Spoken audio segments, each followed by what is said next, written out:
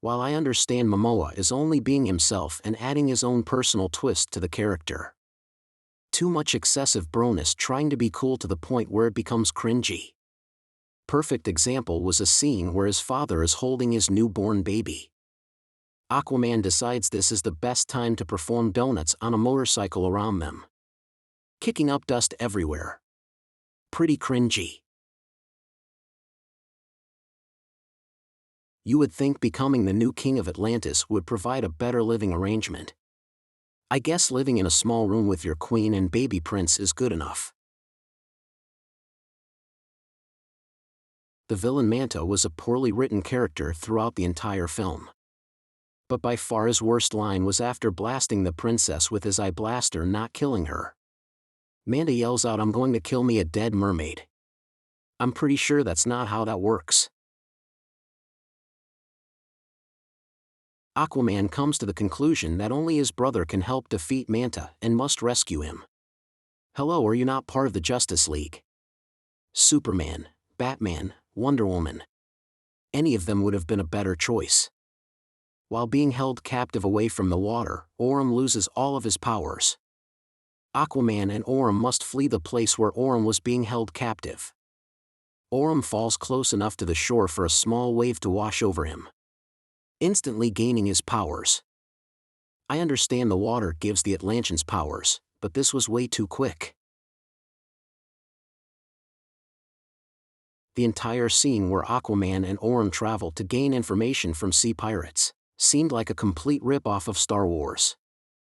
From the bartending fish to the band of weird creatures performing, very much like Star Wars. The icing on the cake was Kingfish, the creature they came to get information from.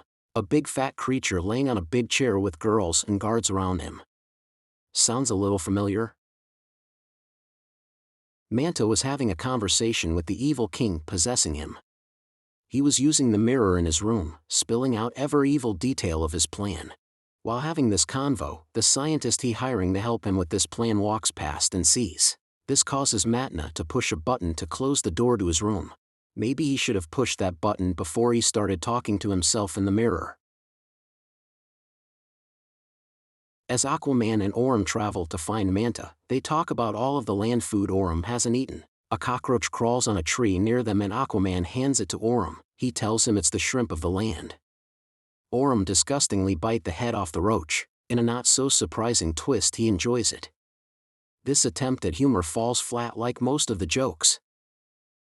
During a battle with Manta's henchmen, Orm finds himself standing near a small body of water. Suddenly a large octopus-shaped robot rises out of the water behind him, making all kinds robot noise. Orm just stands there without noticing. No way he didn't hear that thing behind him. The scene where Aquaman tells the entire world about Atlantis over the news reminded me of a combination of Black Panther when the Wakandans announced themselves to the world, and when Tony Stark announced that he was Iron Man at the end of the first Iron Man movie. He saved the most bro moment and also cringiest moment of the movie for the last part. He picks up the mic, does a weird yell and walks off. Fitting way to end this movie. This movie was just horrible. Another example of DC not being able to make a good sequel. I could have made a list double this size of things you must let go of to enjoy this one. Too much of Jason Momoa trying to look cool, but with bad acting. Could have been a lot better. Thanks for watching.